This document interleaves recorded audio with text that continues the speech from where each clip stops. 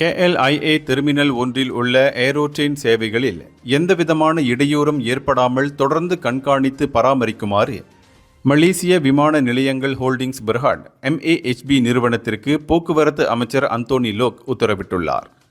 456 million ringgit செலவில் மேம்படுத்தப்பட்ட ஏரோட்ரெயின் சேவை ஜூலை 1ஆம் தேதி மீண்டும் தொடங்கப்பட்டதிலிருந்து கிட்டத்தட்ட 2 மில்லியன் பயணிகளை ஏற்றிச் சென்றுள்ளது. இருப்பினும் சில சிறிய தொழில்நுட்ப கோளாறுகளும் வெள்ளம் காரணமாக சேவை தற்காலிகமாக நிறுத்தப்பட்ட சம்பவங்களும் பதிவாகியுள்ளன. எனவேதான் இந்த சேவை உயர் நம்பகத்தன்மையுடன் இருப்பதை MAHB உறுதி செய்ய வேண்டும் என்று லோக் வலியுறுத்தினார்.